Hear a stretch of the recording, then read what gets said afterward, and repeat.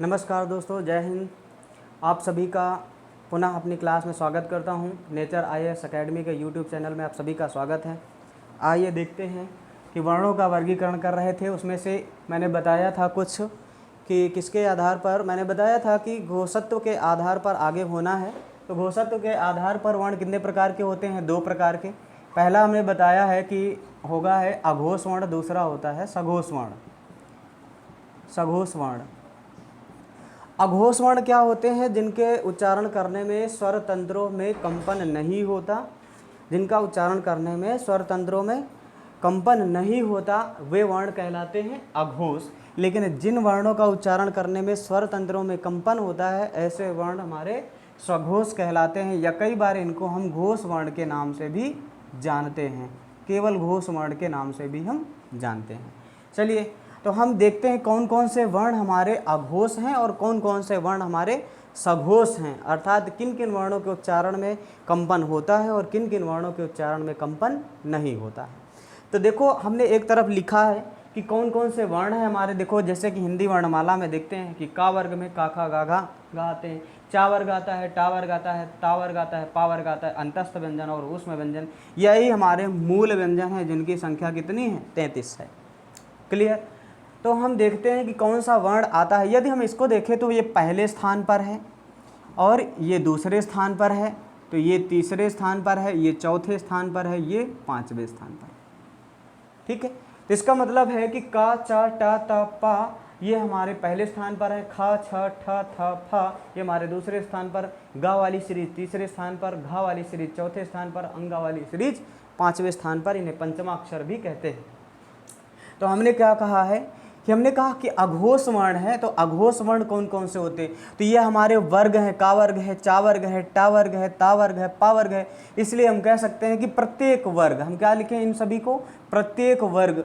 तो लिखेंगे क्या? प्रत्येक वर्ग का पहला वर्ण, पहला अक्षर, पहला कौन सा है? जैसे ये है पहला का, चा, टा, ता, पा, तत् पहला कॉमा दूसरा वर्ण, कॉमा दूसरा वर्ण, तथा इसके साथ में और क्या होगा? तथा तुम्हारा इसके बाद में तुम्हारा होता है तीनों सा। ये तीनों प्रकार के जो सा हैं, अर्थात ये बच्चा सा हमारा है, ये सा हमारा है कौन सा? ये हमारा सा कहलाता है कौन सा? तालव्य सा कहलाता है। और ये कौन सा है? मूर्धन्य सा। और ये सा कौन सा है? ये दंत सा। अर्थात कहने का मतलब है कि तालव्य सा, मूर्धन्य सा और दंत सा ये इसके साथ आते हैं, तो ये वर्ण हमारे कौन कौन से कहलाते हैं? अघोष वर्ण कहलाते हैं। कि जैसे अब इसी के अनुसार अगर देखें ये जो हमारी है कि कौन कौन से, तो प्रत्येक वर्ग का पहला और दूसरा, अर्थात ये वाला और ये वाला, पूरी सीरीज ये हमारी क्या है? तालव्य वर्ण, अघोष वर्ण कहलाएंगे। और जिसमें से तीनों सा भी आते हैं हमारे, अर्थात तालव्य सा, मूर्धन्य सा और दंत सा, ये तीनों आते हैं हमारे कौन से? किसमें? ये आते हैं घोषत्व अघोष वर्ण में। तो चलो देखते हैं अगला है। अगर हम इनको देखें वर्ग वर्णों के अनुसार देखा जाए तो कौन सा वर्ण होगा? का होगा क्योंकि पहला है, फिर चा होगा, ये भी है, फिर टा होगा, फिर ये भी है, ता होगा और पा होगा। इसके पश्चात खा होगा, फिर छा होगा, फिर ठा होगा, फिर उसके पश्चात था होगा और फा होगा, ये भी हो गए। और इनके अलावा आपको पता है कि कौन से हैं? तीनों सा होते हैं, ये भी ठीक है और ये भी सा। कहने का मतलब है कि ये तीनों सा, ये सभी वर्ण हमारे कैसे हैं? ये हमारे अघोष हैं। कहने का मतलब है ये है कि का, चा, टा, ता, पा, खा, छ, ठा, था, फा और तीनों प्रकार के सा, इनका उच्चारण करने में स्वर तंत्रों में कंपन नहीं होता है। क्लियर ये चीज़? ये हो गया, ये हमारा है कौन सा? अघोष वर्ण। अगला हम देख रहे हैं कौन सा? सघोष वर्ण की बात करें। सघोष वर्ण की बात करें तो सघोष कौन से होंगे? सघोष वर्ण कौन से होते हैं? जिन्हें हम कई बार केवल क्या कह देते हैं? घोष वर्ण। ठीक, अगला है, इसमें देखें तो इसमें कौन कौन से आते हैं? बचे हुए स्वर। तो हम कह सकते हैं कि प्रत्येक वर्ग का कौन सा? तीसरा, चौथा, कॉमा पांचवा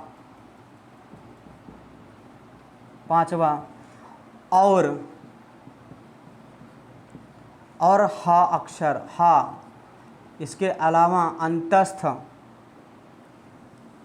कौन कौन से हैं हमारे, इसके अलावा कौन से होंगे, हा होगा, अंतस्थ होंगे। अंतस्थ में कौन कौन से आते हैं, अंतस्थ व्यंजन भी, अंतस्थ व्यंजन तथा सभी स्वर, और सभी कौन से होंगे, सभी स्वर भी होते हैं। तो हम कह सकते हैं कि प्रत्येक वर्ग का तीसरा चौथा, तो देखो तीसरा और चौथा कौन से होते हैं, ये वाला तीसरा, ये चौथा, ये पांचवा। तो कहने का मतलब होता है गा, और गा होगा, फिर उसके बाद जा होगा, इसके बाद डा होगा, फिर उसके बाद दा होगा, इसके बाद बा होगा। इसके अलावा और कौन से होंगे, घा होगा, झा होगा, ढा होता है, इसके अलावा धा होता है, इसके अलावा भा होता है, इसके अलावा क्या है, अंगा, फिर या, फिर आड़ा, फिर ना, फिर माँ, फिर उसके अलावा हा, और अंतस्थ में कौन कौन से आते हैं, या, रा, ला और वा आते हैं। देखो अंतस्थ व्यंजन हमने लिख दिए हैं पहले से, अंतस्थ व्यंजन। और इसके अलावा साथ में क्या है, मैंने कहा कि सभी स्वर, अर्थात इनके साथ में आ से लेकर के औ तक, आ से लेकर के औ तक सभी स्वर किस में आते हैं बच्चा, ये सभी हमारे कैसे हैं, सघोष हैं। ये सभी हमारे कैसे हैं, सघोष वर्ण। अर्थात कहने का मतलब है कि इनका उच्चारण करने में स्वर तंत्रों में कंपन होता है, इनका उच्चारण करने में स्वर तंत्रों में कंपन होता है। चलिए आगे हम देखते हैं एक और प्रकार होता है घोषत्व के, वर्णों का वर्गीकरण कर रहे हैं तो एक और प्रकार है, वो भी देख लेते हैं। वो कौन कौन सा प्रकार है जरा देखें। तो अभी घोषत्व के आधार पर था, अब वर्ण हमारे होंगे दूसरे जो है वो प्राणत्व के आधार पर होगा, प्राणत्व के आधार पर। तो प्राणत्व के आधार पर वर्ण कौन कौन से होते हैं, प्राणत्व के आधार पर वर्ण हमारे दो तरीके के होते हैं, इसमें भी दो प्रकार के हैं। प्राणत्व के आधार पर वर्ण दो प्रकार के होते हैं, कौन कौन सा। तो सबसे पहली बात कही गई है, सबसे पहला है, कहा जाता है अल्प प्राण। कौन सा, अल्प प्राण वर्ण। अच्छा इनमें क्या है, अल्प प्राण, प्राणत्व तो है क्या चीज़, अगर देखें तो प्राण का मतलब होता है वायु, प्राण का मतलब होता है वायु। अर्थात कहने का मतलब है कि जिन वर्णों का उच्चारण करने पर मुख तंत्र से क्या निकले, वायु निकले। अब ज़्यादा निकले या कम निकले, जब कम निकले तो अल्प प्राण, ज़्यादा निकले तो महाप्राण। दो तरीके के बताए गए हैं। दूसरा है महाप्राण, अर्थात जब स्वर तंत्रों का, जब वर्णों का उच्चारण करते हैं तो मुख से जब अधिक मात्रा में वायु निकलती है तो महाप्राण वर्ण, और कम मात्रा में वायु निकलती है तो अल्प प्राण वर्ण कहलाते हैं। चलिए अगला देखें। तो अल्प प्राण वर्ण में से कौन कौन से आते हैं, आपको याद करने का तरीका बताता हूँ। एक है अल्प, अगर देखा जाए तो इसमें कितने अक्षर हैं, ये हमारे कितने अक्षर हैं, तीन। एक आ है, एक ला है और एक पा है, ये तीन अक्षर हैं। अर्थात ये हमारे तीन अक्षर, ये तीन कैसी संख्या है, विषम संख्या है। ये कैसी संख्या है, विषम संख्या है। ये विषम संख्या है, जिसका मतलब है कि जो हमारा जो है इसमें पहला स्थान, ये दूसरा स्थान, ये तीसरा, चौथा, पांचवा। तो हमारा कहने का मतलब है कि आ से बना है अल्प, अल्प में है तीन वर्ण, और तीन वर्ण से ये जो तीन संख्या है ये विषम, अर्थात विषम स्थानों को ही हमें क्या करना है, रखना है। तो कहेंगे कि प्रत्येक वर्ग का, जैसे उसमें लिखा था, प्रत्येक वर्ग का पहला कौमा तीसरा कौमा पांचवा वर्ण, पांचवा वर्ण। इसके साथ में और कुछ भी है, हाँ इसके साथ में देखा जाए तो और भी है। और कौन कौन से आते हैं, जैसे आ बना है, आ से बना है अल्प, उसी प्रकार आ से बना है अंतस्थ। आ से बना है अल्प तो आ से बना है अंतस्थ। कहने का मतलब है इसमें अंतस्थ वर्ण भी आते हैं। अंतस्थ वर्ण कौन कौन से होते हैं, अंतस्थ तो हमारा है पहला, तीसरा, पांचवा, पहला, तीसरा, पांचवा। और अंतस्थ वर्ण में आते हैं कौन कौन से, ये हैं हमारे या। अंतस्थ वर्ण में कौन से आते हैं, ये देखो, या है, रा है, ला है और वा है। मैंने पहले ही लिख दिया है कि अंतस्थ व्यंजन, अर्थात अंतस्थ व्यंजन में या, रा, ला और वा आते हैं। कहने का मतलब ये भी सीरीज होगी का वाली, फिर उसके बाद गा वाली सीरीज और अंगा वाली सीरीज होगी। इसके अलावा हमारा या, रा, ला, वा होंगे। यही हमारे क्या हैं, अल्प प्राण वर्ण कहलाते हैं। क्लियर ये चीज़।